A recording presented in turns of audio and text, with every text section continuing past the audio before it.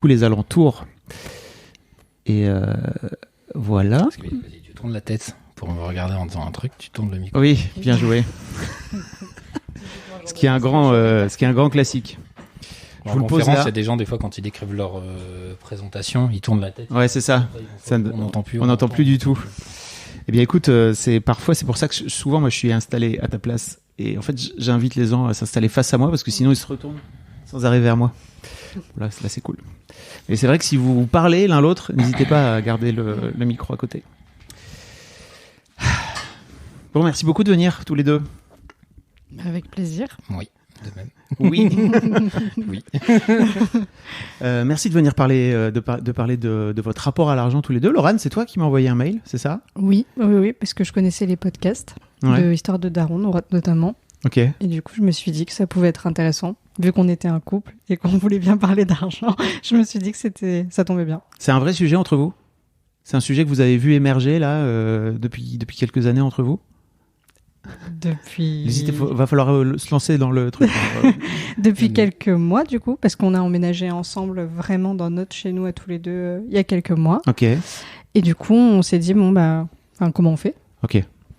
Après, ça n'a pas été un sujet au sens où il n'y a pas eu de prise de tête ou quoi que ce soit. On a été assez vite d'accord. Ok. Vous avez 27, Florian, t'as 27 ans, c'est ça ? Oui. Laurane, t'as 25. Et vous êtes ensemble depuis 10 piges. Ouais. Vous êtes un vieux couple. Un vieux jeune couple. C'est ça. On a grandi ensemble en partie. Ouais. Vous avez grandi ensemble et tout. Et donc, j'imagine qu'il y a plein de choses que vous avez apprises aussi ensemble. En tant qu'individu pour le coup et aussi en tant que couple, quoi. Ouais, c'est clair. Ok. Est-ce que je peux vous demander ce que vous faites comme job ? Vas-y, Laurane. Lance-toi. Je suis consultante en transition écologique. Ouais. Voilà. Ok. Et donc, en gros, mon boulot, c'est d'essayer de faire en sorte que les entreprises, elles baissent leur empreinte carbone. Ok. Dans l'idéal. Tu gagnes combien de sous par mois ? Parce qu'on rentre direct dans le sujet comme ça. En net, du coup. Ouais, comme tu veux, ouais. Ça fait quasiment 2700 € par mois. Ok. Vous vivez à Paris ? Ouais. Ok. Et toi, Florian ? Alors moi, je suis un ingénieur chez EDF dans le nucléaire et je travaille sur le développement d'examens non destructifs pour établir l'état de sûreté des centrales nucléaires. Donc c'est pas moi qui fais les inspections, je développe des tests qu'ensuite des inspecteurs utilisent pour vérifier si tout va bien. Ok, donc t'es là pour faire en sorte qu'on soit protégé de... C'est l'idée. Combien d'argent tu gagnes ? Et net avant impôt sur le revenu, puisqu'il me semble que c'est ce que tu avais dit, 2800. Ok, donc vous avez des salaires à peu près équivalents en fait, c'est ça ? 2007, 2008 ? Ce qui n'était pas le cas quand on a emménagé ensemble. On va en parler. Bah, j'étais au chômage quand on a emménagé ensemble. T'étais au chômage ou t'étais... parce que t'as fait une thèse, c'est ça ? Oui, j'ai soutenu mon doctorat en décembre et il y a eu 4 mois de flottement avant que je prenne le poste d'ingénieur. Du coup, oui, pendant 4 mois, c'était les revenus du chômage. Ok. Et ça va, t'étais à l'aise avec le fait de gagner le chômage et de pas gagner autant d'argent que Laurane ? Ah oui, pour c'est pas un problème. De toute façon, si elle a plus d'argent, il y en a potentiellement plus pour moi aussi. Si on partage. C'est notre manière d'avoir organisé les choses. Mais quand on a emménagé ensemble, moi aussi, j'étais au chômage parce que j'avais démissionné de mon ancien boulot. Ok. Et j'avais rompu ma période d'essai. Du coup, j'avais droit à quelques indemnités. Ok. Et au début, oui, on gagnait pas beaucoup du coup.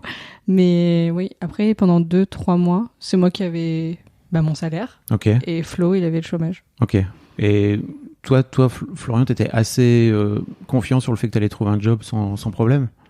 Moyennement au départ. En fait, j'avais eu une promesse de CDD que j'ai pas accepté finalement puisque j'ai eu le poste chez EDF. Mais c'est le fameux premier CDI en région parisienne. C'est compliqué. Il y a quand même beaucoup de jeunes diplômés, ingénieurs, etc. qui peuvent vouloir s'installer dans la région. Et comme moi, j'y étais venu pour rejoindre Laurane qui habitait déjà là, il n'y avait pas tellement de postes. Et puis, pour des raisons dont on va pas forcément s'étaler dessus parce que c'est pas le sujet, mais il n'y avait pas beaucoup d'entreprises auxquelles j'acceptais de candidater pour une question de conviction philosophique et politique. Ok. Plutôt, oui, faut que t'aies du sens en tout cas par rapport à ton boulot. Entre autres choses, oui. T'as le droit de le dire, hein, tu vois, c'est pas... Sinon, c'est juste que je peux faire un tunnel pendant 2 heures, mais je sais pas si c'est bien le sujet. Non, après, c'est pas forcément le sujet. Écoute, pour venir te dire, vas-y, viens, on ressente sur l'argent. C'est pour ça que je m'abstiens. Merci. Non, mais en fait, en vrai, c'est important de le préciser parce que ça veut dire que t'es pas prêt à te vendre à n'importe quel prix. Ah non, clairement pas. Même si, dans ma tête, à un moment donné, on a tous un prix. Mais bon. Qu'est-ce que t'en penses? Non, c'est mort. Mais tu sais pas, parce que peut-être qu'il n'y a jamais personne qui t'a annoncé un prix, tu vois. Ouais, mais parce qu'il y a un stade où, quand on a des convictions pareilles philosophiques ou politiques, sans entrer dans le détail, qui peuvent être vraiment construites intellectuellement, et quand à un moment on les a construits depuis longtemps, elles finissent par passer le stade de la simple, on va dire, rationalité, mettons. Et si je caricature un peu, ça fait partie de la personnalité. Et vraiment, on se met presque à... On peut avoir une détestation, mais ça ne correspondrait tellement pas d'accepter que ça plongerait dans une dissonance cognitive très profonde. Ok. Il y a un peu d'ego là derrière, c'est ça. Il y a aussi ce truc de, c'est une forme d'identité quelque part. Ça correspond à ton identité. Si c'est ego dans le sens identité, oui. Si c'est dans le sens orgueil, non. Pour moi, ego c'est plutôt dans le sens de l'identité. Oui. Non, l'ego, ça veut pas dire l'orgueil pour moi, mais bon. Ok. Ok. Toi, Laurent, c'est pareil. En fait, t'as plutôt aussi des convictions écologiques, Oui. clairement, et t'as envie d'aller vers un job qui. Oui. Ok. Et d'ailleurs, pour l'instant, je suis consultante, mais je bosse pas sur des thématiques de transition écologique, alors que j'avais signé pour ça. Et du coup, je leur ai un peu mis la pression en disant que si j'en faisais pas du tout ces prochains mois, ça allait être compliqué, quoi. Ok. Donc, ouais, c'est un gros sujet. Ok. Peut-être pour apporter une précision sur ce qu'on vient de dire aussi, si à la limite de prix, ce serait si c'est ça, ou ne pas avoir d'argent et ne même pas pouvoir se payer à bouffer. Dans ce cas, il y a un moment, on finit par accepter ce qui passe. Ok. Mais c'est un côté échelle de la dégringolade. Au début, on va être très très exigeant. Si vraiment au bout d'un moment ça marche pas, on peut baisser un peu ses exigences en trouvant quelque chose d'intermédiaire qui nous conviendrait moyennement. Puis on diminue si vraiment on trouve rien. Mais c'est quand ça devient une question quasi de survie, pas avant. Parce que là, pas uniquement d'argent. Vraiment quand c'est plus possible autrement. Là, vous êtes en début de carrière, donc l'idée c'est plutôt d'aller viser le plus haut possible entre guillemets et d'aller chercher le sens le plus possible, quoi, j'imagine. Oui. Tu racontais le job dans lequel tu t'es arrêté là. T'avais décidé ou t'avais accepté de prendre moins d'argent parce qu'il y avait du sens derrière pour toi. Ouais. Ok. Mais je m'étais dit que ça valait le coup entre guillemets, du coup. Mais ça m'allait parce que je trouvais que ce job-là, ça allait m'apporter du sens au niveau de la transition écologique. Et quand au bout de quelques semaines, très vite, en discutant avec les autres et même dans mes missions, je me suis rendu compte que ça serait pas le cas. Là, je me suis dit si l'ambiance est pas là, si les missions me plaisent pas, il reste, on va dire, l'argent et l'équilibre vie pro vie perso. Et l'équilibre vie pro vie perso, il était pas terrible non plus. Donc je me suis dit, il reste l'argent. Et quand j'ai vu mon salaire, j'ai fait en fait même ça me correspond pas. Du coup, ça me va plus parce que c'était pas dans le contrat en fait. Et donc je suis partie. Ok. Bon, voilà. Pour situer un peu le tableau. De quoi vous avez envie de parler aujourd'hui? Laurent, c'était toi à la base qui avait envoyé le mail. Hein. Si on peut, je sais pas, planter un peu le décor de ce dont on va causer. En fait, ce que je trouvais intéressant dans notre organisation, c'est que quand on a emménagé ensemble, moi j'étais plutôt partie sur une organisation soit 50-50, soit à la proportionnelle de ce qu'on gagnait. Et je trouvais ça, et c'est rigolo parce que si c'est pas, en fait, ce que je m'étais dit, c'est pas très clair c'est clair dans ma tête, mais je veux dire trop de choses en même temps. En fait, j'étais d'accord pour qu'on fasse moitié-moitié si c'était moi qui gagnais moins. Et j'étais d'accord pour qu'on fasse à la proportionnelle si je gagnais plus. Ok. Et du coup, c'était un peu, en fait, j'aurais accepté de payer plus que ma part, entre guillemets, si c'est moi qui gagnais moins. Alors que j'aurais pas forcément accepté dans l'autre sens. Et du coup, j'ai dit ça. Et Flo, il est revenu. Et Flo, il est toujours comme ça. Il dit pas grand chose sur le premier truc. Et après, il réfléchit. Et il m'a dit, en fait, je te propose de faire... C'était peut-être l'ego le mauvais cette fois-ci. C'était peut-être ça. C'est peut-être une question d'orgueil pour le coup. Non, pas vraiment. C'est plutôt une question d'indépendance. En fait, moi, je vois pas ça comme une question d'orgueil. C'est juste que ma grand-mère, elle travaillait pas. Et j'ai tout le temps entendu qu'avec c'est mon grand-père qui lui donnait l'argent du ménage chaque semaine. Et il y a un peu ce truc de, je veux pas dépendre de quelqu'un et je veux pas dépendre de mon mec en fait. Ok. Et on dépend forcément les uns des autres, mais en tout cas financièrement, je voulais pas dépendre de lui. Et ouais. Ok. Petite pause 2 secondes parce que je suis un génie. Ça va.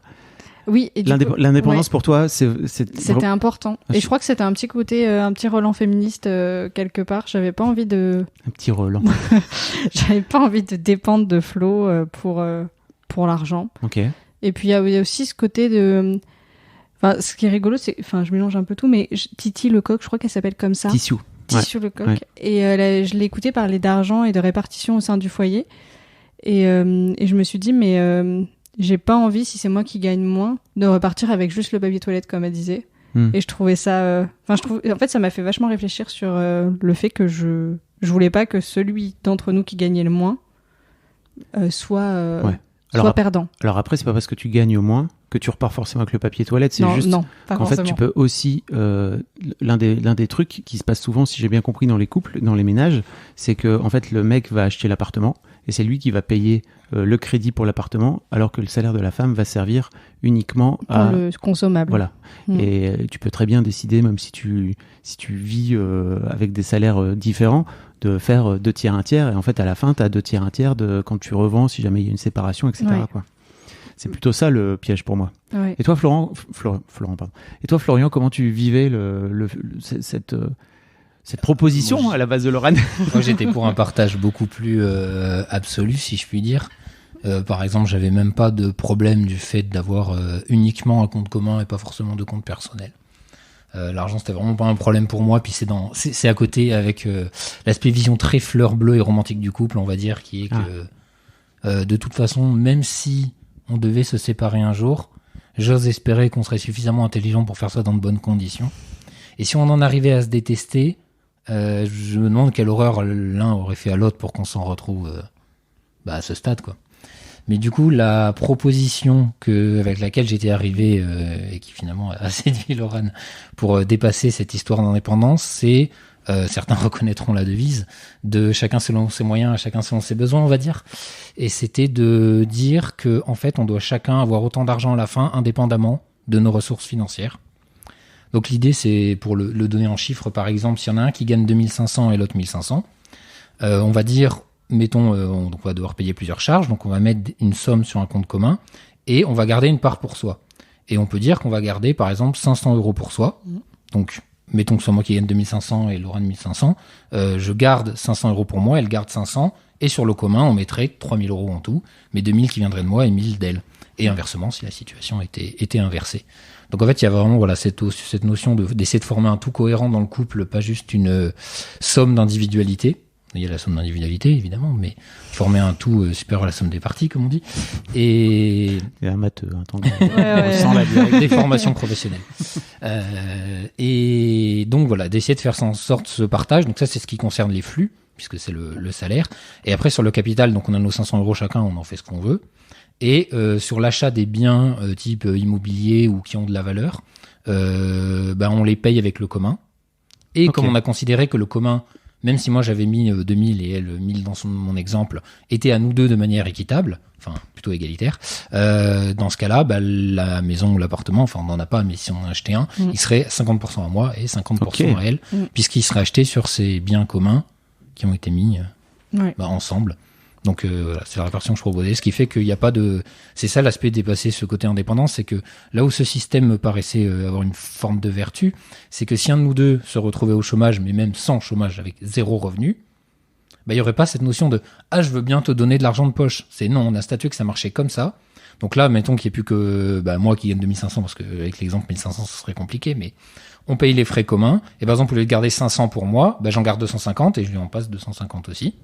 Et on vit sur les 2000 autres euros. On a un peu réfléchi le truc. Donc, voilà, l'idée, c'est alors forcément, dans l'absolu matériel, c'est une forme de dépendance, mais c'est dans l'aspect, on va dire, construction quasi philosophique de on est soudés, on forme un tout cohérent, on se soutient, et comme ça aussi, s'il y en a un des deux qui veut tenter un autre projet de vie, que des métiers qu'on peut avoir qui sont là bien rémunérateurs, on peut essayer.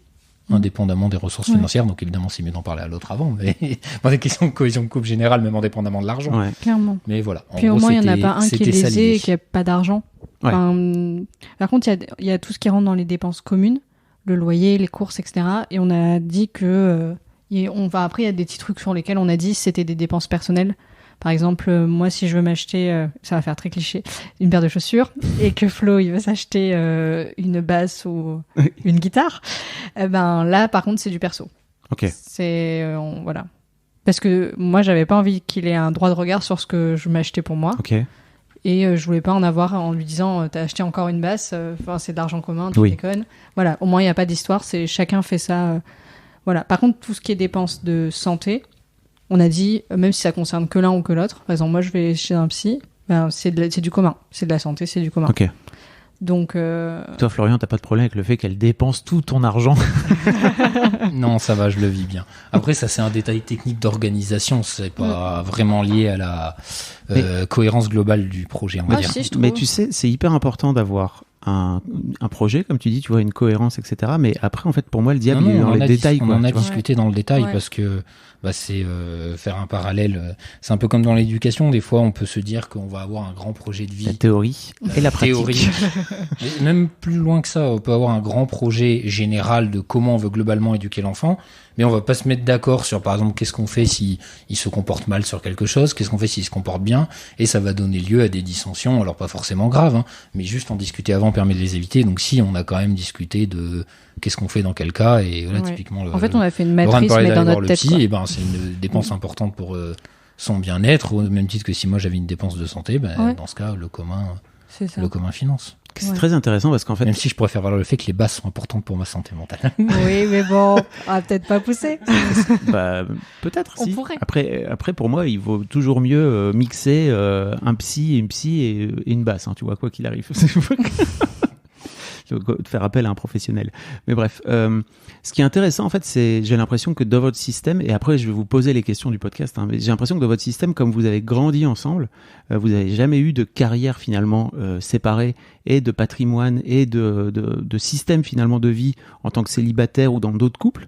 Et donc finalement, vous avez eu cette chance quelque part de pouvoir créer tout de zéro et de pouvoir vous mettre d'accord. Ça a été difficile cette discussion là que vous avez eue où notamment toi t'arrives et tu dis donc, moi j'ai lu Tissu Lecoq et franchement, tu vas pas m'avoir.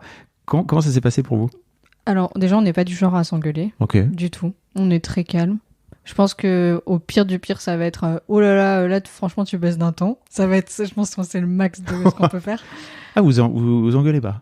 Non, des fois, Ok. on n'est pas d'accord. Oui. Et des fois, bah oui, des fois, on n'est pas d'accord. Mais on s'engueule pas dans le sens où on se crie pas dessus. Ok. Il y a de la colère un peu parfois? Bah, des fois, oui, on a un des deux qui peut être en colère. Ok. Mais on essaye de fixer genre des règles. Par exemple, chez nous, il y a beaucoup de règles en fait, je suis en train de me dire. Mais non, mais par exemple, on se couche pas fâché. On discute. Bon, des fois, du coup, tu discutes jusqu'à minuit et demi. Et le lendemain matin, t'es un peu éclaté. Mais, C'est une bonne règle en vrai. Mais en vrai, je trouve que c'est pas mal. Et on essaye d'être toujours honnête et d'écouter l'autre, je trouve. C'est un peu idéaliste de se dire que parce qu'on s'aime, tout va nécessairement bien se passer. Et, et le côté un peu, essayer d'être un peu matérialiste, c'est de se dire que non, en pratique, il y a un moment où je vais rentrer du travail, je vais repasser une sale journée, le RER ou le métro, je sais pas, sera bloqué, on sera enfermé. Le central est en train d'exploser. Mais c'est pas mon travail, je suis pas dans l'inspection, c'est leur problème. Non mais bref, on est de mauvaise humeur et on va avoir un mot, et c'est déjà arrivé, qui dépasse la pensée, après on regrette. Et dans ce cas, on essaie toujours quand même de faire preuve de charité intellectuelle et de bien comprendre le reproche que peut faire l'autre, est-ce qu'il est fondé ou pas, de faire est-ce qu'il nous part, semble infondé parce que la personne est en colère. De potentiellement pas se coucher fâché, mais repousser la discussion, le fond de la discussion à plus tard si là c'est vraiment pas le moment. C'est plus ce genre de choses. Après, pour revenir à la question initiale sur l'histoire du capital, alors moi j'en avais un tout petit peu parce que donc j'ai été 3 ans en thèse avant d'avoir le diplôme, et j'ai travaillé un peu le diplôme, mais du coup j'ai commencé en tant qu'ingénieur, et j'avais travaillé un petit peu quand j'étais étudiant, j'avais mis un peu d'argent de côté parce que je dépensais très peu. Et Laurent en avait moins que moi. Et ce qu'on a dit, ça, c'est que juste c'était des revenus qui étaient indépendants de la phase où on s'est installé ensemble et on a commencé la forme de partage, et que juste on gardait chacun nos économies. Okay. Après, ça représente pas des sommes vertigineuses non plus. Surtout de mon côté. Mais ni du bien, c'est la thèse pour du coup les gens qui connaissent pas. Alors ça a un peu augmenté récemment, mais moi j'ai été payé net d'impôts cette fois 1 400 €. Pendant combien de temps? 3 ans. Pendant 3 ans. Un peu plus les quand j'enseignais.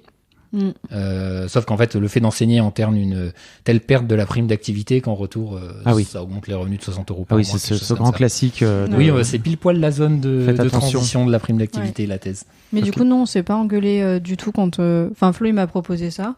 Sur le coup, j'ai l'impression que ça m'a un peu titillé, moi. Je me suis dit mais pourquoi ça t'a titillé? J'avais peur d'y perdre. Et je pense que dans la vie, j'ai toujours peur d'être lésée. Mais du coup, sur l'argent, ça m'a un peu titillé. J'avais peur de me faire avoir. Ok. Alors que je sais bien qu'on n'a pas ce genre de relation, mais on sait jamais, en fait. Et je suis beaucoup plus craintive et moins fleur bleue, je pense, que Flo. Ok. C'est peut-être dû à... Mes parents se sont séparés quand j'étais petite, donc on va en parler, t'inquiète pas, ça va arriver. Mais non, on s'est pas engueulé du tout. Juste on en a discuté. Flo, il m'a expliqué ses arguments. Et en fait, c'est peut-être dû à nos aspirations politiques aussi, mais je voyais pas de raison d'être contre cette égalité, en fait. Okay. Et ça fait un peu redistribution des richesses, en fait, notre partage, je trouve. C'est complètement ça. Ouais. Et donc, du coup, je voyais... En fait, ça... Bon, on est de gauche, quoi. Et donc, du coup, on s'est dit... On a compris. Mais en fait, c'est pas cohérent. Je crois que c'est la devise du communisme ou le mot matérialisme qui m'ont trahi. Non, mais du coup, on s'est dit... Enfin, en fait, moi, je me suis dit, mais... Même si peut-être ça me titille un peu là tout de suite, parce que c'est pas ce que j'ai eu l'habitude de voir autour de moi, et voilà... Mais en fait, finalement, c'est le plus logique par rapport à comment on est dans notre relation et nos idées. Okay. Et c'est le moment de les mettre en pratique, en fait. Et en fait, tu t'es vraiment dit, ok, si dans 10 ans, 15 ans, 20 ans, on se sépare et qu'en fait, peut-être que j'ai gagné beaucoup plus d'argent que lui et que finalement, j'aurais mis plus d'argent, tu te sentiras pas lésé, tu seras ok avec l'idée, ou tu t'es un peu projeté comme ça, tu vois Ouais, je me suis dit, si demain on se sépare, comment je le vivrais. Et honnêtement, je suis assez à l'aise avec ça. Toi qui avais peur d'être lésé, tu vois, par exemple, je pense à ça notamment. Ouais, non, mais en fait, je me suis dit, sur le coup, j'ai eu un peu peur. Mais comme j'ai peur que notre relation, entre guillemets, s'arrête. Mais non, en fait, rapidement, en fait, c'était vraiment une peur un peu irrationnelle, on va dire. Et en fait, je me suis dit, non, en fait, je suis ok. Beaucoup de peur irrationnelle, hein. Oui. Sauf si vraiment il y a un vrai danger présent là. Ok, je vais vous poser les 2 questions individuellement que je pose à tout le monde. En fait, Laurent, on peut commencer par toi si tu veux, ou alors peut-être Florian parce que tu es en train de boire. Il fait chaud. Florian, si je te dis argent, en fait, qu'est-ce que ça t'évoque ? Inégalité sociale. Ok. Non, c'est le premier truc qui te vient. Non, ce qui va me venir, oui, c'est plutôt une réflexion politique, mais à l'échelle de la société, pas à l'échelle de ma personne, j'entends. Après, si je me ressente sur ma personne, en premier lieu, c'est ce que j'ai pu évoquer sur le fait d'accepter un travail qui me déplairait si vraiment j'avais rien d'autre. C'est tout d'abord le moyen de subsistance. Enfin, c'est un outil, juste moyen. On a mis, voilà, on fait pas du troc, il y a un truc qui sert à faire de l'échange entre. Bon, ben voilà, on fait des échanges avec ça. Donc il y a cet aspect qui permet la subsistance. Après va y avoir des biens de consommation plus ou moins indispensables historiquement. Et après il y a tout l'aspect plaisir qui permet de se faire plus, et une dimension de sécurité financière, je peux avoir de l'argent de côté si j'ai un problème. Après pour l'instant c'est pas quelque chose qui m'inquiète, surtout qu'on a quand même pas à se plaindre. On est dans les ça revient avec la dimension inégalité sociale, on est clairement dans les revenus les plus élevés de la population. De mémoire, alors ça datait de 2016, mais c'est l'INSEE qui a montré ça, je crois qu'à partir de 42 000 bruts par an, on passait dans les 10% les plus riches, quelque chose comme ça. Bon, ça a dû s'aggraver depuis, et donc clairement on y est, hein. Donc on n'a vraiment pas à se plaindre, et du coup à l'échelle mondiale c'est encore pire. Ce qui fait que ça m'évoque surtout tout ça. Donc clairement on n'a pas à se plaindre, on a tout ce qu'il faut, c'est la sécurité financière, les besoins primaires validés, et pour l'instant j'ai touché mon premier salaire depuis que j'ai commencé en tant que parce que tu viens de commencer tout juste. Donc c'est la première fois que j'ai l'impression d'avoir un peu plus d'argent, parce qu'en thèse j'en avais assez pour vivre, hein, pareil, je me plaignais pas, mais c'était moins que ce que j'avais là, et j'étais déjà beaucoup plus dans une norme sociale. Ok. Laurent ? Moi je pense praticité. Ok. Hyper terre à terre. Non, mais en fait pour moi l'argent c'est un moyen de faire des trucs. Ok. Et de se faire plaisir. Du coup, c'est peut-être pour ça que j'avais moins de livret A quand on s'est mis ensemble. Des chaussures, un peu plus de chaussures, un peu moins de livret A. Mais après, comme j'essaye d'être un peu plus écolo, j'essaye d'acheter moins de vêtements aussi. Ok. Mais ce que la plupart du temps, j'arrive à faire. Mais là, vous la voyez pas, mais elle est en train de regarder Florian en disant est-ce que tu vas approuver ou pas? Non. Si, ça s'améliore. Oui, ça vient. Non, mais vous comment dire, quel est le terme que je cherche? Est-ce que vous vous challengez un peu là-dessus? Sur votre consommation de ce fait-là? Un peu. On devrait le faire plus. Moins ces derniers temps, lié au fait en partie qu'on était dans la phase de chômage dont on avait pu parler, qui nous occupait pas mal, puisque ça fait que c'est moi personnellement un mois que j'ai retrouvé un emploi. Après ça n'a pas duré très longtemps, mais il a fallu que je déménage, donc mon doctorat se passait à 3. Je suis venu sur Paris pour rejoindre Lorraine, donc il a fallu déménager, gérer la recherche d'emploi, etc. Donc ça, et la prise de poste qui est toujours un moment particulier la première fois. Donc ça a un petit peu occupé nos pensées. Et là, on recommence déjà à essayer de réadopter des comportements qu'on pourrait qualifier de plus vertueux et plus efficaces. Ok. Mais oui. Et toi, Lorraine, t'es à l'aise avec le fait de dépenser moins d'argent en chaussures? Désolé, je reviens sur les chaussures. Mais... Non, mais en vrai, complètement. Et après, je trouve que c'est difficile parce que... en fait, je me suis rendu compte que j'achetais pas uniquement pour avoir l'objet et que c'était vraiment aussi une représentation. Et ça peut paraître idiot, mais... Arrête de te juger déjà pour commencer, parce que vraiment c'est pénible. Tu fais ça depuis tout à l'heure. Genre un an et demi, il y a un an et demi à peu près, je me suis rendu compte que j'achetais plus du tout de fringues, plus rien. Et que moi qui étais quand même très portée sur comment je m'habillais, c'était vraiment important pour moi, ben, je me suis rendu compte que ça me déprimait de rien acheter. Et je me suis demandé qu'est-ce que ça voulait dire, en fait, de moi, et même de notre société, parce que j'imagine que je suis pas la seule à ressentir ça.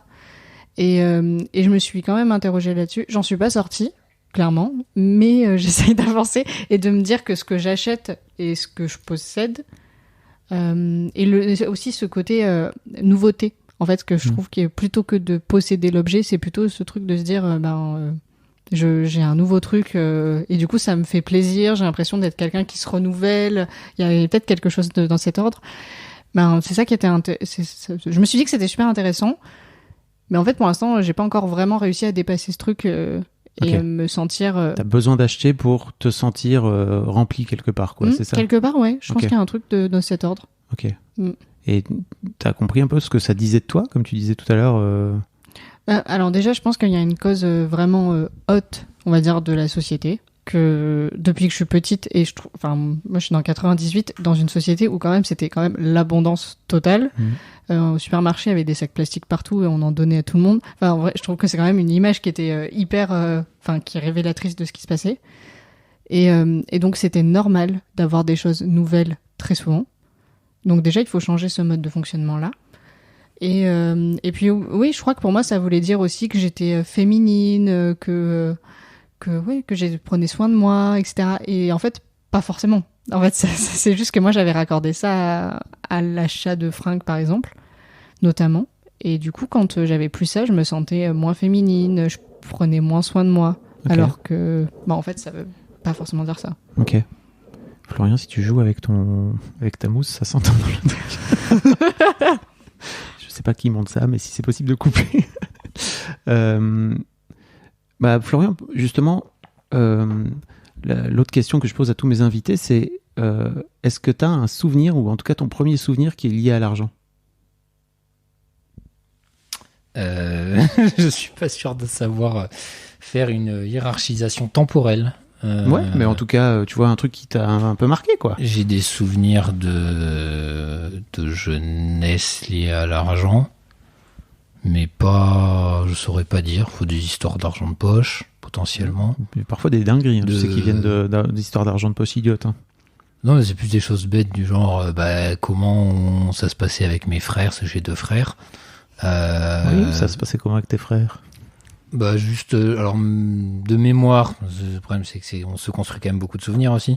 Je crois que mes parents me donnaient plus et moins à mes 2 frères qui sont plus petits, et que quand on montait en âge, on passait à ce que l'autre avait au même âge, et ainsi de suite. Donc des fois ça pouvait créer des tensions. Pas d'égalité donc. Parce qu'à l'instant T, c'était pas les mêmes sommes, mais après c'était des sommes, c'était 4 € peut-être par semaine. Donc peu importe. On est petit, c'est vrai que ça va c'est un paquet de bonbons en plus. Enfin, pas 4 € de différence, c'était plutôt ce que moi j'avais. Sinon, quelque chose de plus marquant et signifiant de mon point de vue, c'est que j'étais au collège et j'avais un ami qui vivait sa mère était divorcée de son père et il vivait dans un petit appartement au rez-de-chaussée. Donc vraiment l'appartement de personnes qui n'a pas beaucoup d'argent, donc tout était entassé parce qu'il fallait que tout rentre. Alors que moi, donc ma mère n'a jamais gagné beaucoup d'argent, mais mon père est professeur des universités, donc j'ai fait un doctorat, la reproduction sociale, tout ça. Et du coup, il gagnait moins que ce qu'il aurait pu dans le privé ou à l'étranger, mais quand même bien sa vie. Je crois que quand j'étais jeune, il devait être à un peu moins de 4 000 euros, au moins 4 000 euros bruts par mois, il devait avoir.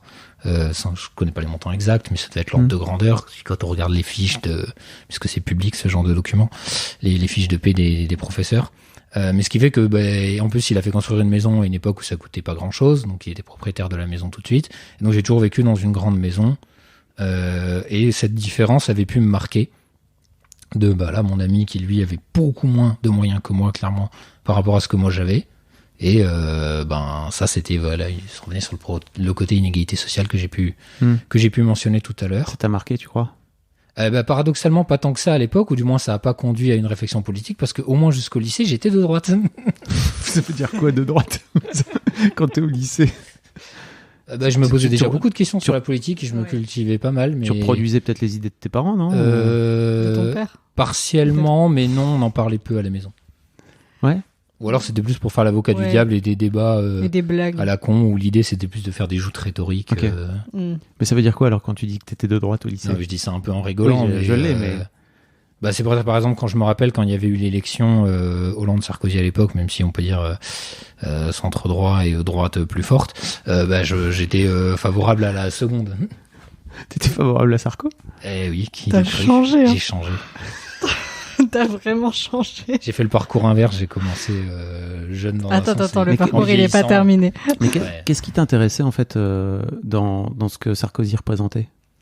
Non, c'était vraiment ça plus... en rapport avec l'argent ou pas? Non, c'était plus la des réussite. questions. Non plus, c'était plus des questions économiques, un peu avec les arguments libéraux classiques. Mais on s'éloigne un peu du sujet. C'est l'argent, tu sais.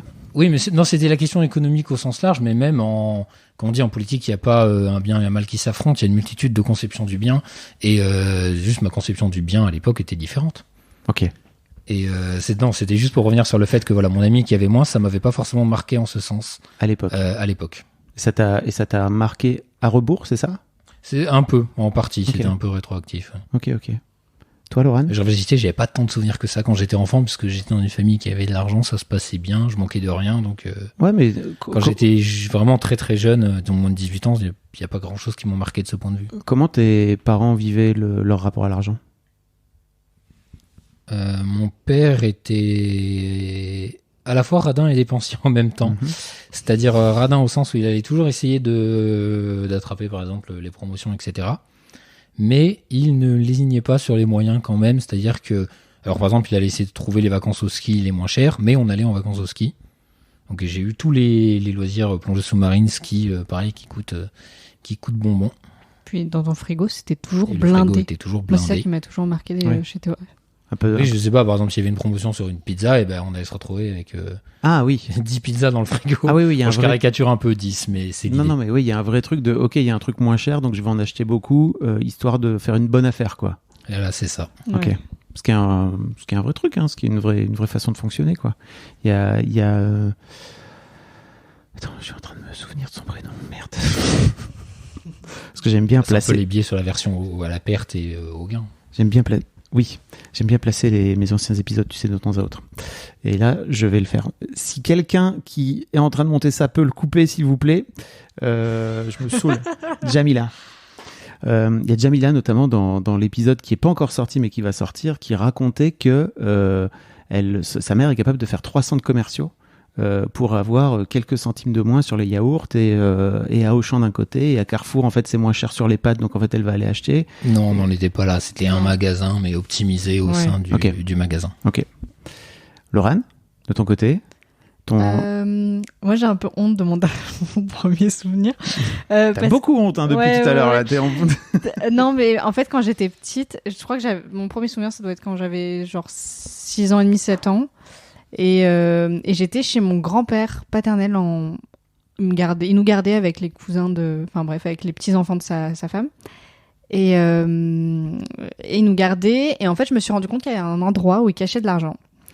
Et c'est pour ça que mais en fait, je me rendais pas compte la somme que c'était à l'époque. Mais je savais que ce que j'étais en train de faire, c'était pas bien. Ça, j'avais bien compris.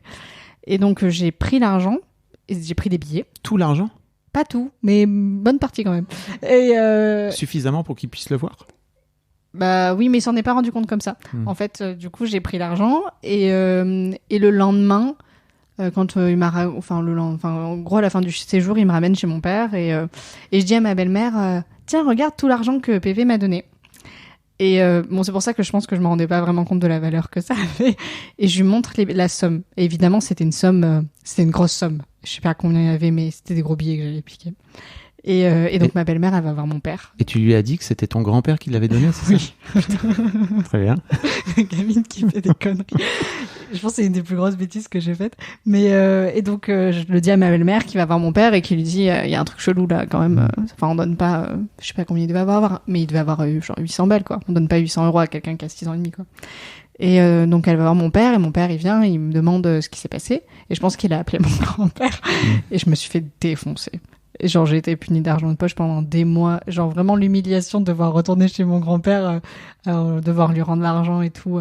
Il m'en a pas voulu. Qu'est-ce qu'il t'a dit? Bah il avait l'air un peu peiné. Et je pense que c'était une situation un peu pourrie quoi, parce que enfin c'est surtout mon père qui était hyper en colère. Pourquoi il était en colère ton père? Parce que déjà j'avais menti et que c'est pas bien de mentir. Et bah après c'était un peu une période pas ouf parce que ma grand-mère elle venait de mourir et la grand-mère de mon père aussi, donc je pense que j'étais un peu perturbée quand même à cette période-là et je pense qu'il voulait marquer le coup aussi. Avec le recul je me dis qu'il a voulu marquer le coup et que ça me serve de leçon et que c'était une fois pas deux quoi. Ça t'a servi de leçon ou pas? Ouais. T'as jamais piqué des bons becs ou des...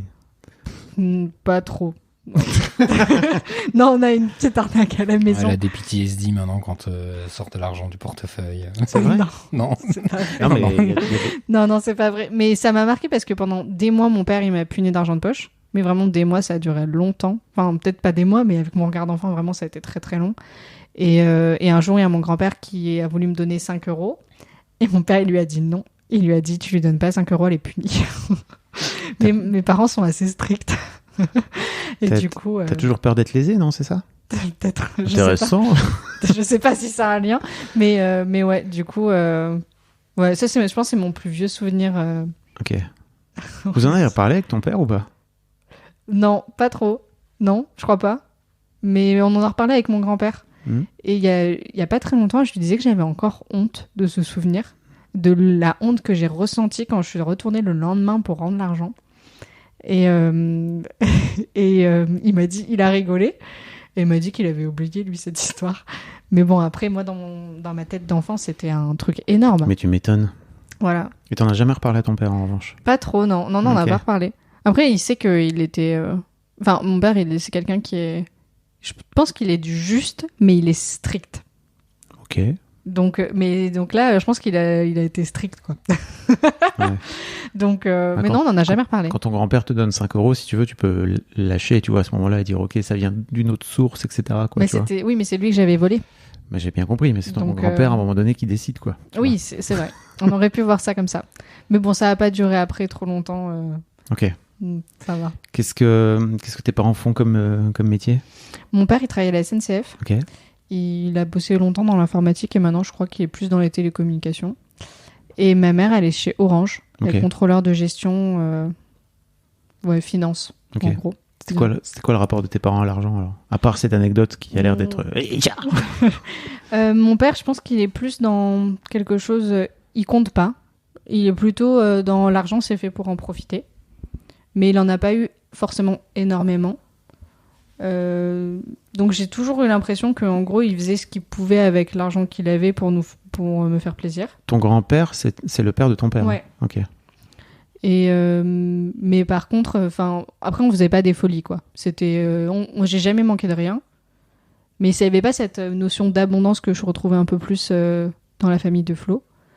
Et ma mère, c'était beaucoup plus. Ma mère avait plus de sous que mon père, mais elle était beaucoup plus économe. Très économe. Et, Économe comment? Parce qu'il y a plein de façons d'être économe. Hein. En fait, c'était une cadre d'une grosse boîte et qui gagnait très bien sa vie et elle allait chez Lidl faire ses courses parce que c'était moins cher. Ok. Et elle faisait pas au plus pratique pour elle, elle faisait à ce qui allait coûter le moins de sous. Ok. Et c'est pour ça que tout à l'heure tu disais praticité, pour toi il y a un côté... Ouais, pour moi, les sous c'est fait pour se faire plaisir, quoi. Hmm. Et ma mère, j'ai jamais eu l'impression qu'elle le vivait comme ça. Après, en soi, elle a réussi à faire ce qu'elle voulait. Elle s'est acheté 2 appartes de résidence secondaire et sa maison principale. Donc en soi, de ce point de vue-là, si on trouve que c'est symptomatique de la réussite... Mais ça veut rien dire réussir en fait. Non. Hein, La future héritière. Toi, t'as bien trouvé. Toi, tu vois là, bon parti là. Hein. Mais il y a mon frère. Hein. Mais oui, non, mais ouais, elle était beaucoup plus économe. Et l'argent, c'était pas le plaisir. Alors que chez mon père, c'était beaucoup plus ça. Tout à l'heure, je vais vous demander, je vous laisse un peu le temps de réfléchir. C'est pareil, c'est une aparté. Si tu peux cut ça, je sais pas, Samantha.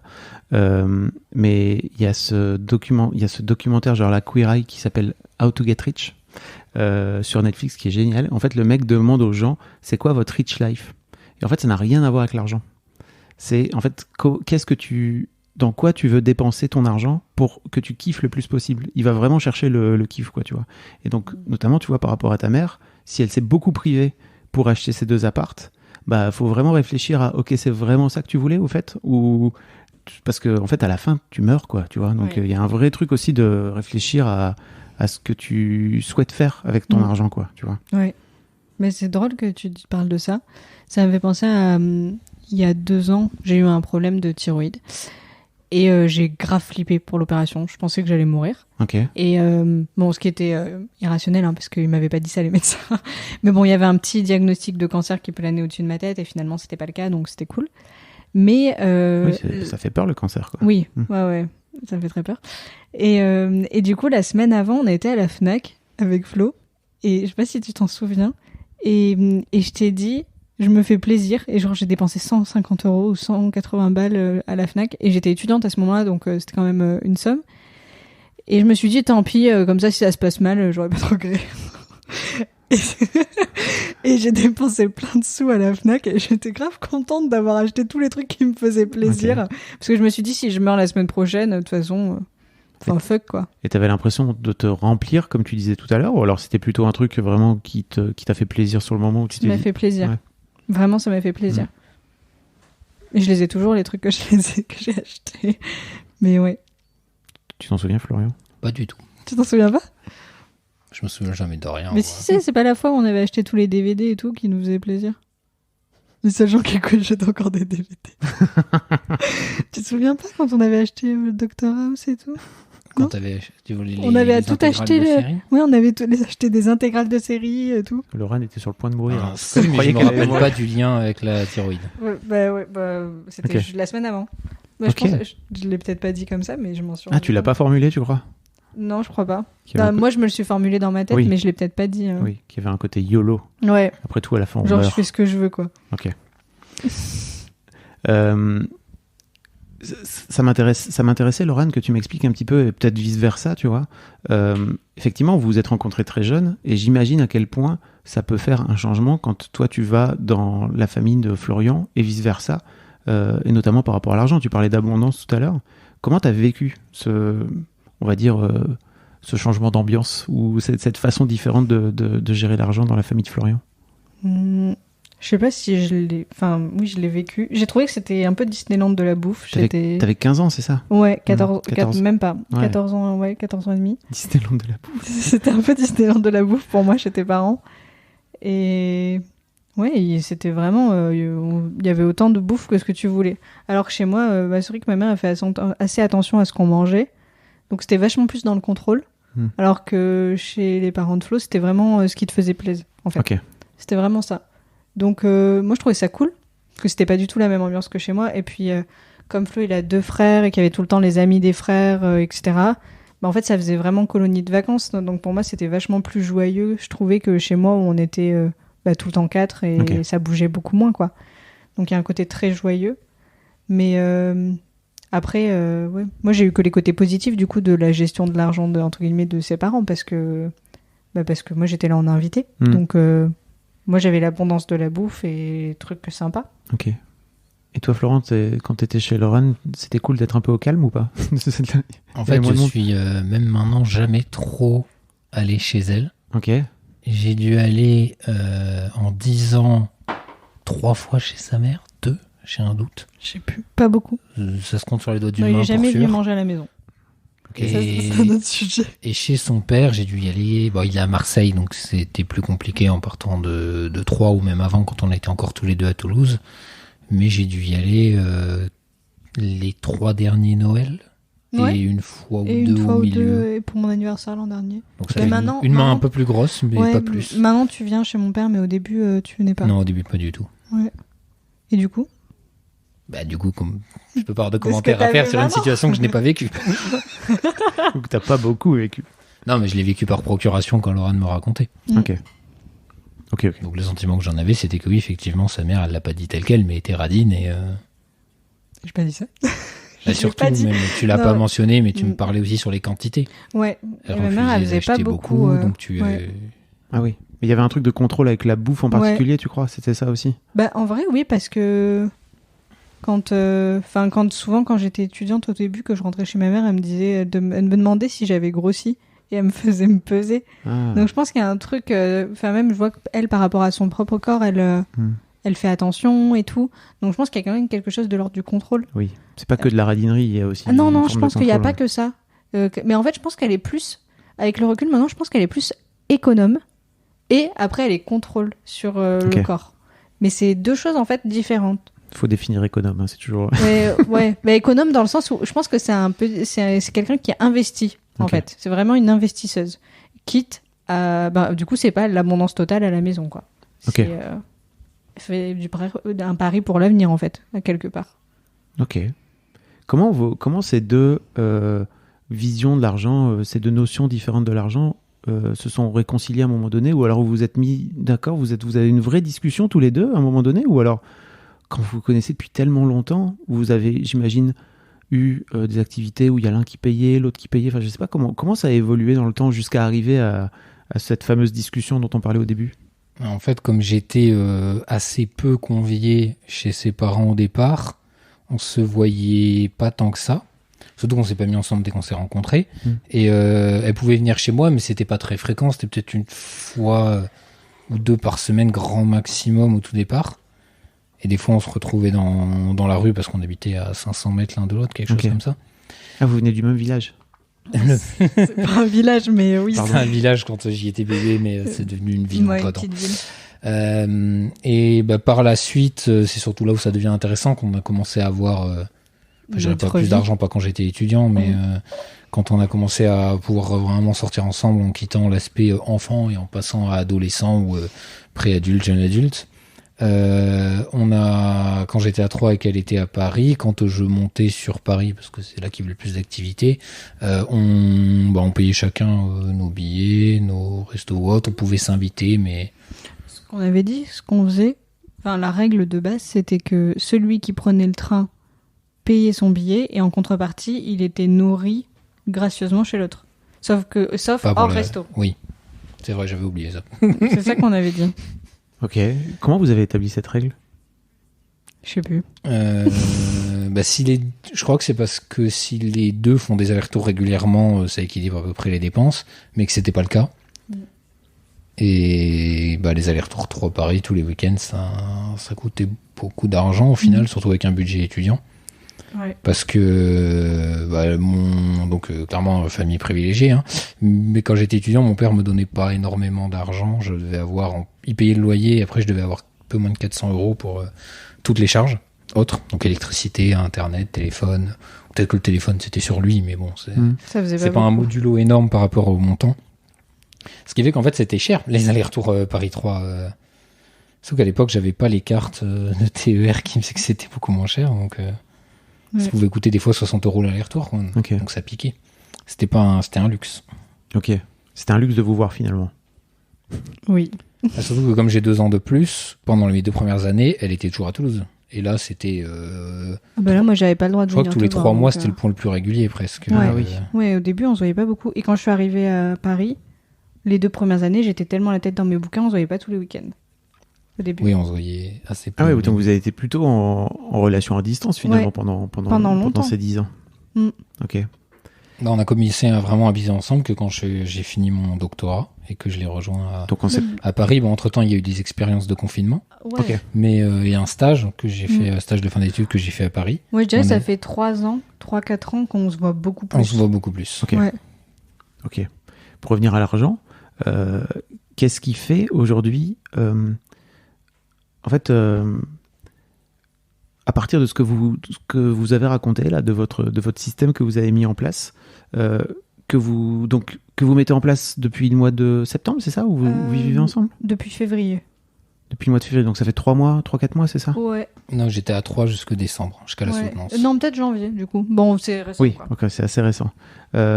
Comment, entre cette théorie-là et la pratique, vous avez eu des discussions ensemble? Il y a eu des trucs spécifiques qui font que ça s'est pas forcément bien goupillé. Vous avez eu des discussions. Comment ça s'est mis en place finalement, quoi? Et comment vous en parlez aussi? Bah, maintenant, on a un compte commun, donc c'est vachement plus facile parce qu'il suffit de vraiment faire matériellement ce que j'ai décrit au tout départ. Et au début, quand on n'en avait pas de compte commun, juste quand quelqu'un dépensait quelque chose, on le notait. Toi, tu notais et moi pas. Et à la fin, j'essayais d'aller dans mes comptes et de comprendre c'était quoi les diverses dépenses. Ouais, ce qui est que assez j'avais pu chiant faire. d'ailleurs. Ce qui faisait que régulièrement, dans le doute, je comptais pas quelque chose pour éviter de léser le couple.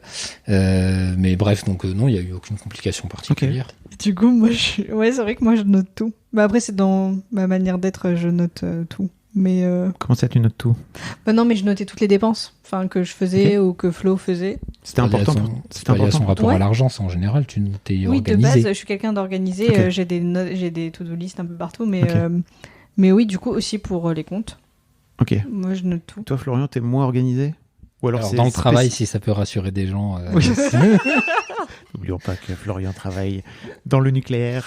Non, oui, en ce qui concerne ma vie personnelle, c'est pas forcément. Je fais beaucoup plus d'efforts maintenant, ne serait-ce que pour des questions de cohésion de couple, mais en vivant tout seul, oui, ça a t'es tendance à vite devenir le bazar. T'es bordélique, disons-le. Quand tu dis cohésion de couple, tu veux plutôt dire que tu te forges plutôt à ce que Laura est en train de te Non, demander je de faire? consens au fait que quand on vit en couple, on va forcément faire des compromis Ok. parce que on vit avec quelqu'un qui est différent. Ouais. Donc on fait des compromis, c'est pas grave. C'est même nécessaire à la bonne gestion du couple. Et quand j'étais tout seul, par contre, oui, c'était. Après, naturellement, j'avais noté que déjà selon mes colocataires, parce que j'ai été beaucoup en colocation, j'étais plus ou moins organisé, ça dépendait du colocataire. Donc en fait, naturellement, j'ai tendance à m'adapter un peu à la personne avec qui je suis. Tu veux dire que tu vas être plus adapté, tu vas être plus organisé si le colocataire l'est moins, c'est ça? Les plus. Les Si- plus. Il se S'il est calque sur la organisé, je vais personne. avoir tendance à mieux ranger. Ok. Je peux doit être une forme j'ai pas vraiment réfléchi, mais forme de respect vis-à-vis de la personne. Alors que si elle est également bordélique, Ok. YOLO. le Ah, le Là, c'est schlagisme le est une bordel. religion. Hein. Je me demandais si tu... Qu'est-ce que t'as dit? Le schlagisme est une religion. Non, je me demandais si tu compensais quelque part, tu vois. Ah non, du tout. Au contraire. contraire, c'est plutôt la personne quand même, elle aime bien que ce soit assez bien rangé. Ok. Je vais faire un effort de Ok. rangement parce que pareil, c'est pas un couple, hein, mais la colocation c'est quand même un Oui. minimum engageant. C'est une façon de... Donc, comme Lorraine est organisée, t'es obligé de suivre un petit peu, de te mettre dans sa roue, quoi. Voilà, je fais des efforts, je range. Ok. Mais en vrai, après c'est juste une question d'habitude. Hein. Maintenant, je m'y suis beaucoup plus fait. Naturellement, j'ai tendance à ranger. Ouais. Ok. Alors, Lorraine, dans ton mail, tu disais, en fait, si l'un de nous deux se sent lésé, est-ce que ça vous est arrivé dans ce système-là, pour l'instant, qui est encore frais, hein, mais j'aimerais bien vous donner rendez-vous dans 5 ans. Non, elle me regarde, donc je vais répondre. Pas du tout. C'est même comme je l'ai dit au début, j'ai été limite sur. Pas limite, si elle avait dit oui, je l'aurais fait. Enfin, j'aurais été partant. Pour une répartition encore plus tout en commun, donc personnellement, non. Ok. C'est. Ouais, toi, t'étais d'accord pour qu'on n'ait pas de compte individuel. Et puis j'ai une confiance absolue en toi. Alors que moi. toi, en tout Non. cas, sur l'argent, c'est peut-être plus compliqué, c'est ça? Ouais. En fait, moi, je lui ai dit non. Quand il m'a dit on fait qu'un compte joint et on n'a plus de compte individuel, j'ai dit non. Pourquoi? Parce que déjà, j'ai pas envie que mon salaire il arrive sur le compte joint direct. Ok. C'est moi qui fais le virement sur le compte commun. Ok. Et puis, mes parents ils se sont séparés, j'étais petite. Et je pense que ça vient de là. Parce No que... shit. Mais du coup, j'ai vu mon père, ça fait très longtemps qu'il est avec ma belle-mère, c'est un peu ma deuxième maman. Mais avant, j'ai connu 2 autres copines. Et donc, je suis consciente que le couple, notre relation, je pense qu'elle est vraiment spéciale avec Flo, mais je suis quand même consciente que le couple, ça peut s'arrêter. Oui. Et je trouve que c'est quand même plus facile quand on garde son compte individuel. Oui. Et je me sens beaucoup plus libre d'avoir mon compte individuel que de ne pas l'avoir. Ok. Ouais. Alors que toi, Florian, tes parents sont encore ensemble, c'est ça? Non. Ok. Non, ils sont séparés aussi. Mais c'est récent, entre guillemets. Oui, c'est beaucoup plus récent. Oui. 4 ans 5 Oui. ans. Ouais, 4 ans. 5 ans. Mais t'étais déjà adulte. Déjà jeune adulte, certes, mais... Mais en fait, le fait d'avoir qu'un compte commun, en termes d'idée de la répartition, ça change pas tellement ce qu'on fait maintenant. Parce qu'on aurait pu avoir une part individuelle chacun. C'est vraiment plus de comment on le répartit. C'est ok, on met tout en commun, et après, comment on le répartit, dans quelle petite boîte. C'est trop intéressant, cette histoire de compte commun, ou de ok, on a chacun notre compte et on a un compte commun, ou alors on a chacun individuellement un compte et on se démerde comme ça.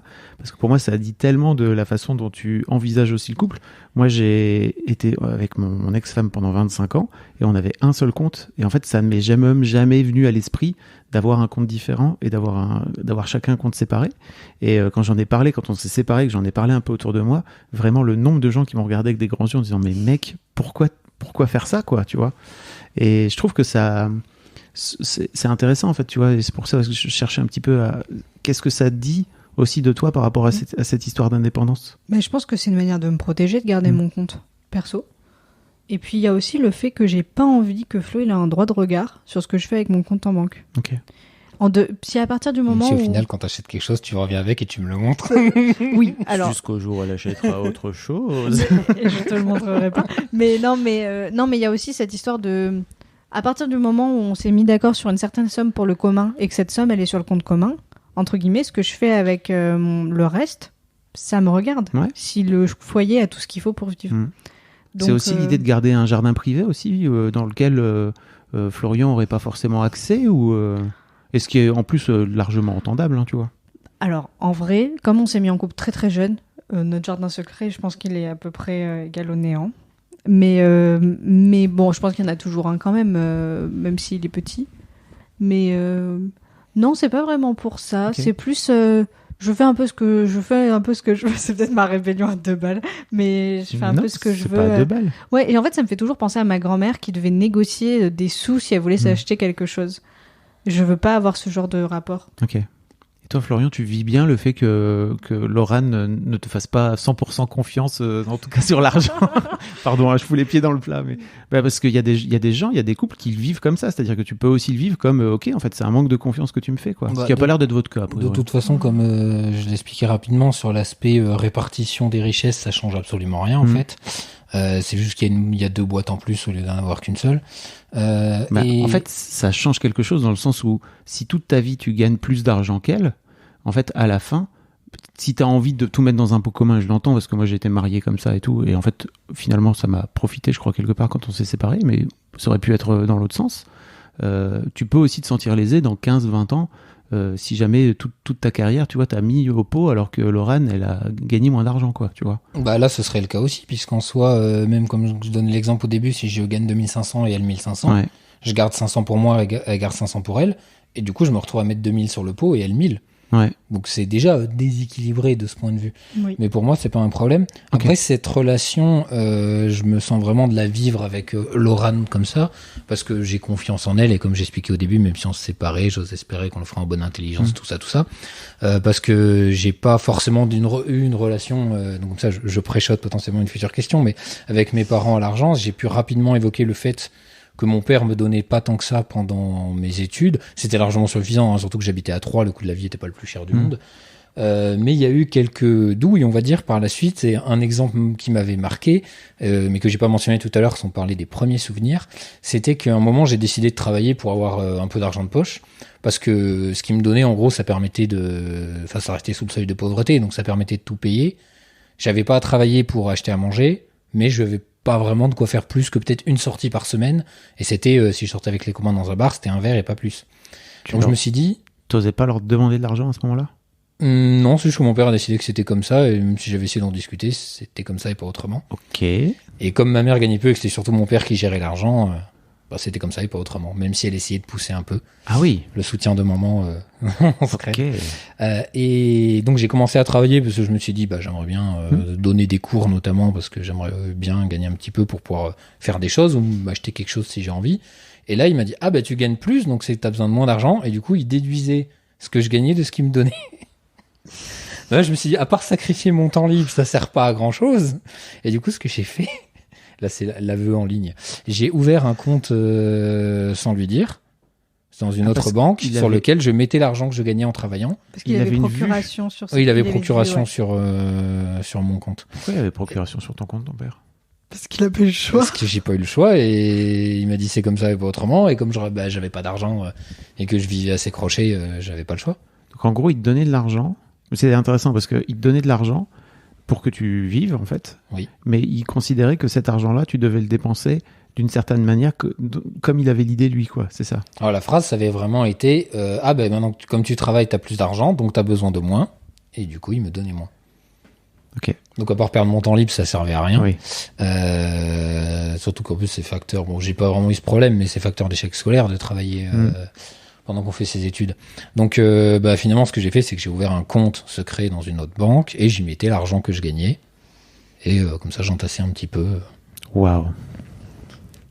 Ok. Comment tu en as déjà parlé? Non, tu dis non, donc si un jour il écoute ça, s'il écoute, il apprendra, mais il y a peu de chances qu'il tombe dessus. Sauf si ma mère le savait, elle, mais pas lui. Ah, ta mère le... Ah ouais. Et ce que tu faisais aussi, c'est que si ton père, je crois qu'une fois, il t'avait dit, peut-être que je me trompe, mais il t'avait dit, tu dépenses moins que ce que je te donne, donc je vais réduire la voilure. Et du coup, tu retirais plus tous les mois pour mettre sur l'autre compte. Ah oui, il y avait ça, c'est parce qu'il me donnait suffisamment, c'était avant de travailler ça, il me donnait suffisamment pour que je puisse manger bien, c'est-à-dire pas juste des pâtes, et sauf que des fois je consciemment faisais se dire je mange moins bien, je mange que des pâtes, mais au moins j'ai un peu plus de sous pour faire plus de sorties, avoir des économies avec les copains, tout ça. Tu m'étonnes que ta vie est communiste en fait. Même pas à cette époque non plus. Et toujours pas. Du coup, plus tard, beaucoup plus tard. Et du coup, oui, c'est vrai qu'il disait tu dépenses moins que ce que je te donne, du coup, je t'en donne moins et je reprends aussi ce que t'as mis de côté. C'était rétroactif. Tu trouvais pas ça injuste? Donc du coup, ce que je faisais, si forcément.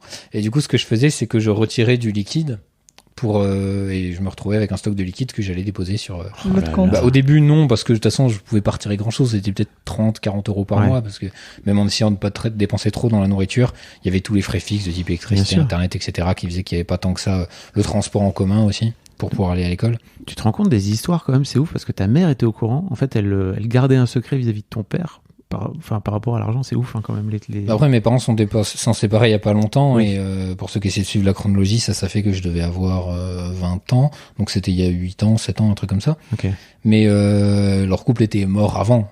Ils étaient juste ensemble parce qu'ils étaient ensemble et que la routine, ça reste, les enfants, mes frères qui étaient encore à la maison, etc.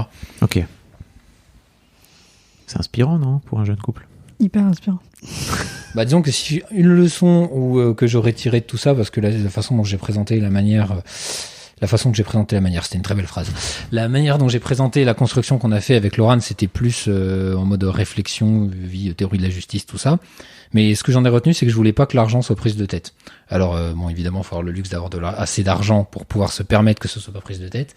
Mais bon, forcément, en ayant fait des études d'ingénieur avant mon doctorat, et le doctorat, etc., oui, forcément, je suis dans une situation où l'argent n'est pas un problème. Ok. Et donc, mais il faut que ça soit pas une prise de tête. Parce qu'il y a, il y a des gens qui ont de l'argent, et pour qui c'est une prise de tête, hein. Vraiment, je t'invite à écouter le podcast, tu vois, il y en a plein.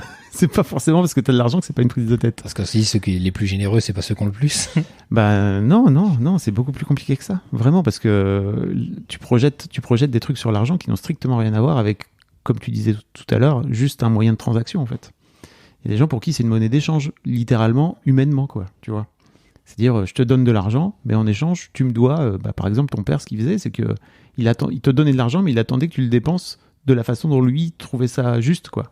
Oui, c'est la façon dont il l'assumait de jouer son rôle de père. Il le concevait de cette manière. C'est intéressant. Qu'est-ce que t'en disais, toi, Laurent, de l'extérieur? Je trouvais ça hyper injuste.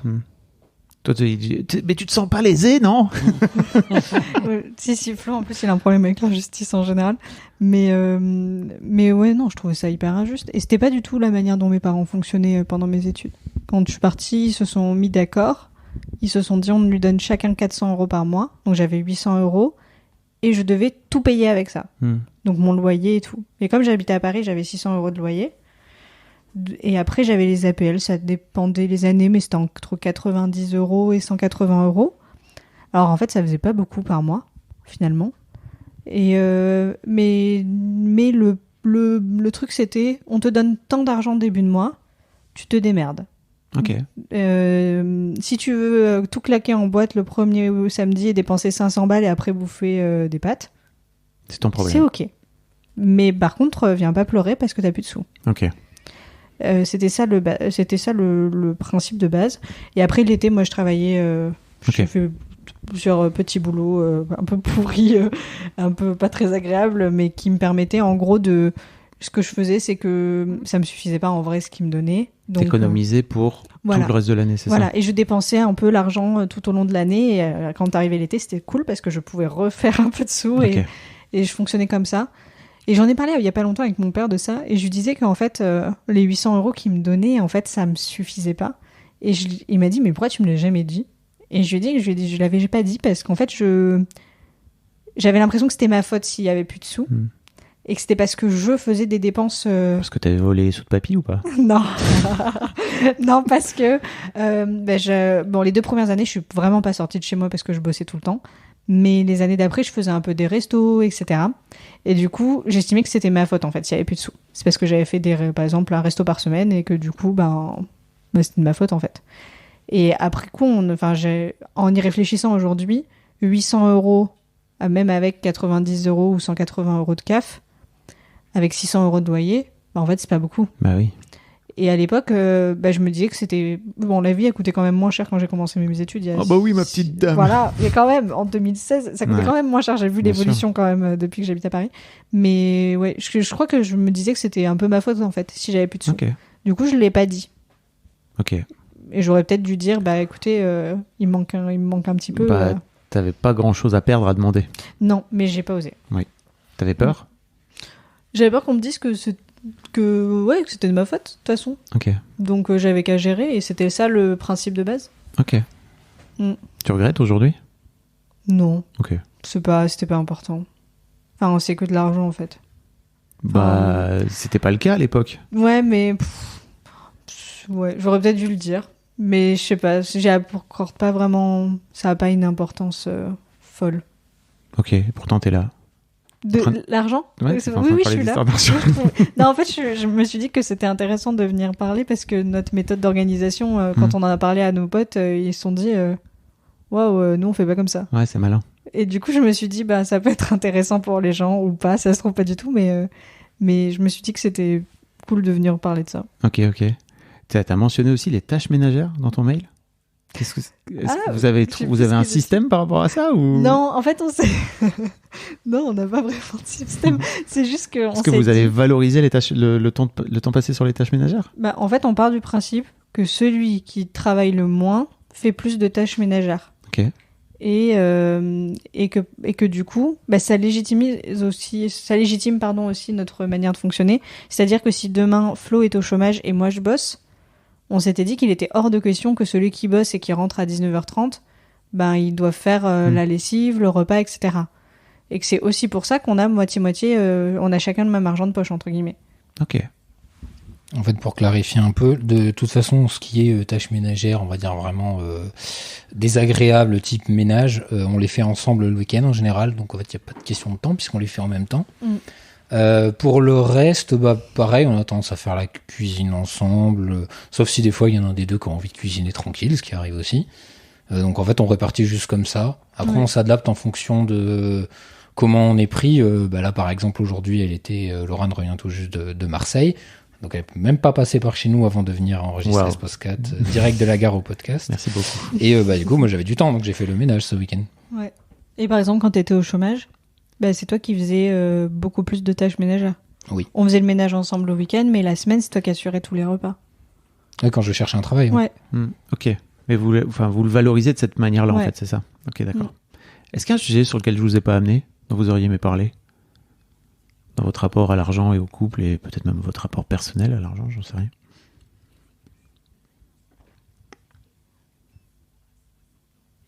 Non, je crois pas. Non, je pense qu'on a couvert quand même. Qu'est-ce que vous m'avez pas raconté? Moi, j'ai raconté mon truc honteux avec mon grand-père. Ouais, c'est super hein, d'avoir raconté ça. C'est terrible, hein, la honte par rapport à l'argent. Bah, Vraiment, si, y a faut un s'en truc, débarrasser, hein, vraiment. je crois quand même qui est venu quand on a emménagé ensemble et qu'on a fait notre organisation. Quand j'ai eu mes premiers gros salaires, et j'ai dit à Flo, ça part trop vite, ça part dans le commun direct. Et j'ai pas... C'est vrai, j'ai dit ça. Hein. Et... C'est vrai, je me souviens. Et je me suis dit, oh là là, c'est pas cool de se dire ça. Du coup, j'en profite pas. Moi, je suis obligée de le donner au commun. Ok. Mais en même temps, je sais que le truc qu'on a choisi nous correspond bien aujourd'hui. Mais il y a un peu ce truc de se dire, faut que je donne sur mes 2700 euros, parce qu'ils m'ont pas enlevé les impôts pour l'instant. Ouais. Les 2700 euros, faut que je donne 2200 au commun. C'est énorme. Et moi, je kiffe quand. Ok.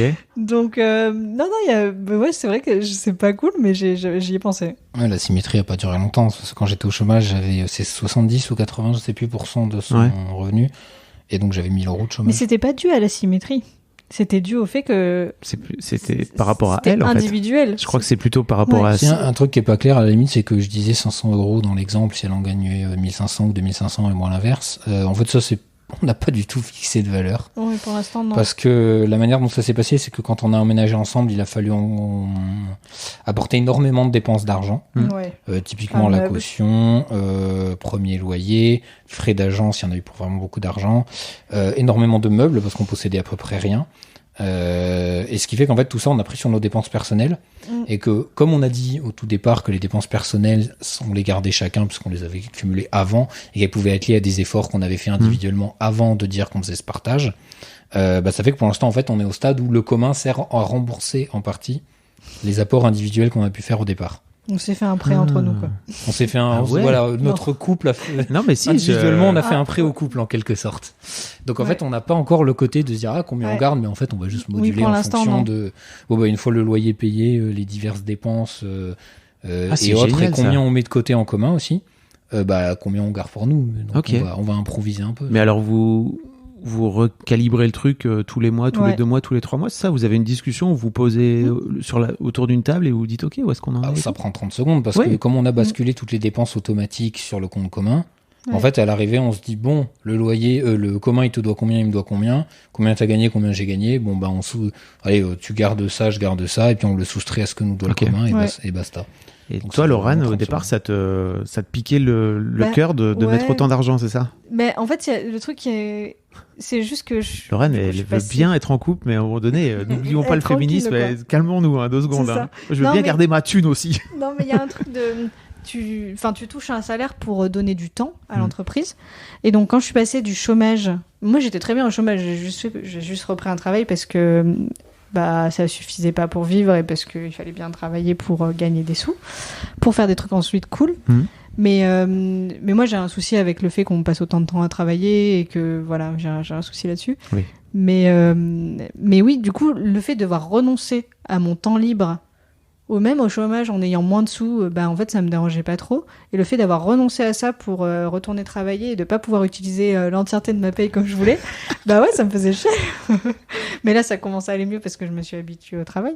Tu t'es habituée au travail et tu t'es peut-être aussi habituée à donner 2200 euros par rapport à ce système, quoi. Oui, tout à fait. Ouais. J'imagine. Ouais. Au début, c'était pas... Je pense que pour Flo, c'était hyper naturel, cette organisation. Et... intellectuellement, pour moi, c'était hyper logique, mais en termes de ressenti, c'était autre. La pratique. Voilà. Après, je pense qu'on a vraiment pris la bonne décision, mais et puis aussi, on s'est aussi dit que c'était remodulable selon nos besoins, etc. Tu te sens pas lésée aujourd'hui? Non, pas du tout. Non. Ton nom, il est... Non. Si, ton nom, il est mi-figue, mi-raisin un peu, quand même. Même ces actes le traduisent parce que, en fait, comme j'avais plus d'épargne, j'ai avancé beaucoup plus au couple que plus du double de ce qu'elle avait avancé quand on a dû engendrer nos premières dépenses. Ce qui fait que pour l'instant, je garde plus. J'ai quasiment ce mois-ci, je garde l'intégralité de mon salaire pour rembourser ce que me doit le commun tellement j'avais avancé. Ouais. Et du coup, en descendant du train, elle m'a dit au fait, c'est bon, j'ai payé le loyer et j'ai viré des sous sur le compte commun. Donc visiblement, elle le fait de bonne volonté. oui, non, mais c'est bon, on n'a pas besoin de me le rappeler non plus. Je sais que. Ah non, mais il y avait même pas eu de message avant lui disant de le faire. Elle le fait tout. Non, mais c'était logique. On a discuté. T'as dit que tu gardais ça pour rembourser ce que tu avais donné au commun, et donc du coup, forcément, c'était logique. J'ai fait le virement au loyer. En fait, je trouve ça cool, tu vois, parce que tu racontais tout à l'heure hors micro que t'es venu t'installer à Paris pour t'installer avec Lorane, Florian, mais t'aimes pas forcément Paris. Et tu vois, moi, je trouve ça chouette aussi. Et tu t'as dit, en fait, ça fait partie des compromis qu'on veut faire quand on veut être ensemble, etc. En fait, j'entends bien que Lorane, c'était pas forcément ton idée, que même si intellectuellement tu comprends l'idée de cette gestion de l'argent, en pratique. Tout comme ça te fait chier de vivre à Paris, Florian, je peux comprendre que ça te fasse chier de te dire putain merde, je suis obligé de virer tout cet argent-là et mes sous à moi, ils sont où à la fin? Ok, c'est trop intéressant. Mais on est un peu comme ça dans tout. Enfin, c'est-à-dire, on est beaucoup dans le compromis et dans la discussion. Ok. Et on essaye toujours qu'il y en ait un qui se sente pas lésé. Par exemple, quand on a aménagé tous les deux, on a aménagé à Suresnes. Ouais. Moi, j'ai quitté le 9e arrondissement de Paris où j'adorais vivre là. En plein centre de Paris, donc, pour expliquer aux gens. Ouais, en plein centre de Paris. Et en gros, on est allé en banlieue. En banlieue ouest, un peu éloigné. En banlieue ouest, parce que moi, je travaillais à La Défense et Flo, il devait aller bosser à Saclay. Donc, en fait, c'est tout en bas de Paris. Et donc, c'était hyper simple pour aller à Saclay en moto. Et on est parti habiter là. Et sur le moment, j'ai eu l'impression de faire un gros compromis, mais qui était nécessaire pour que tous les deux, on puisse aller au travail sereinement. Okay. Et finalement, Flo a changé d'emploi. Donc du coup, comme EDF est au nord de Paris, en fait, ça valait plus du tout le coup d'habiter à Suresnes, en fait. Et donc là, je lui ai dit, en fait, écoute, ça me convient pas du tout là où on habite, parce que on met quasiment 1 heure pour aller à chaque fois quelque part faire un resto dans Paris. Et donc j'ai dit, écoute, ça me va pas. Au début, on s'est dit, j'ai proposé qu'on fasse un point au bout de 6 mois d'emménagement pour voir comment on se sentait. Et en fait, la semaine dernière ou celle d'avant, je lui ai dit, mais en fait... pas besoin d'attendre 6 mois, ça me convient pas en fait. Enfin, j'ai besoin qu'on réévalue le truc. Pas forcément qu'on se remette dans Paris, mais je voudrais une ligne de métro. J'ai besoin de ça pour me sentir au centre de Paris et j'ai pas envie d'avoir à faire une demi-heure même c'est 1 heure de trajet en fait pour aller au resto. Ça me saoule. Tu es d'accord avec l'idée, Florian? J'imagine que ça va coûter plus d'argent. De toute façon, pas forcément, ça dépend où on va. D'un point de vue individuel ou collectif, j'ai absolument aucun intérêt à ce qu'elle soit malheureuse là où elle habite. Donc, que ce soit même en considérant de manière égoïste mes propres intérêts, ça sert à rien. Et après, on essaie de faire des compromis. Le seul avantage, de toute façon, perso, sur Rennes, ça me plaît pas non plus. Je disais que là où j'avais grandi, au début, c'était un village, c'est-à-dire qu'il y a une vidéo de construction de la maison. Il y a que de la terre battue partout autour. Donc c'est vraiment passé de petit village à ville de 10 000 habitants maintenant. Autour de Toulouse, 20 000 maintenant. Ouais, Oula, juste à côté de Toulouse. Grosse expansion démographique. Et du coup, sans aller jusqu'au stade de dire que je suis un rural, j'aime quand même bien quand il y a un petit minimum de verdure autour. Et autant dire que Paris, c'est pas le cas. Sur Rennes, c'est mieux, mais c'est pas l'idéal non plus. Après, on n'y va jamais dans la verdure. Non, mais en fait, c'est pas qu'il y ait des parcs autour, c'est que tu te balades dans la rue, tu te retournes, il y a un arbre. Et ça s'appelait là où on habitait à côté de Toulouse, c'était le cas. Il y avait pas, je crois, géographiquement, à part aller se mettre dans une cage d'escalier, un point de la ville où il n'y avait pas de l'herbe et des arbres à moins de 5 mètres. Ouais. Donc c'est quelque chose avoir un minimum de nature que j'apprécie. Donc le côté entièrement bétonné de Paris, après c'est temporaire, on va pas rester là. On sait toute pas notre vie, donc. Ok. Merci tous les deux. Si vous avez plus rien à ajouter, ça vous va ou pas? On a un peu dévié à la fin, mais. Non, mais t'inquiète. C'était pour parler du compromis général et qu'il soit pas uniquement sur l'argent. Je trouve ça cool d'en parler. Merci beaucoup tous les deux. Franchement, c'était chouette. Plaisir. Un grand merci. Si vous êtes des couples, n'hésitez pas, envoyez-moi un mail sur argent@fabflorent.com. Je souhaite recevoir des couples. C'est trop cool ces discussions. Un grand merci à tous les deux. C'était chouette. Avec plaisir. De même. Merci. Eh bien, trop bien.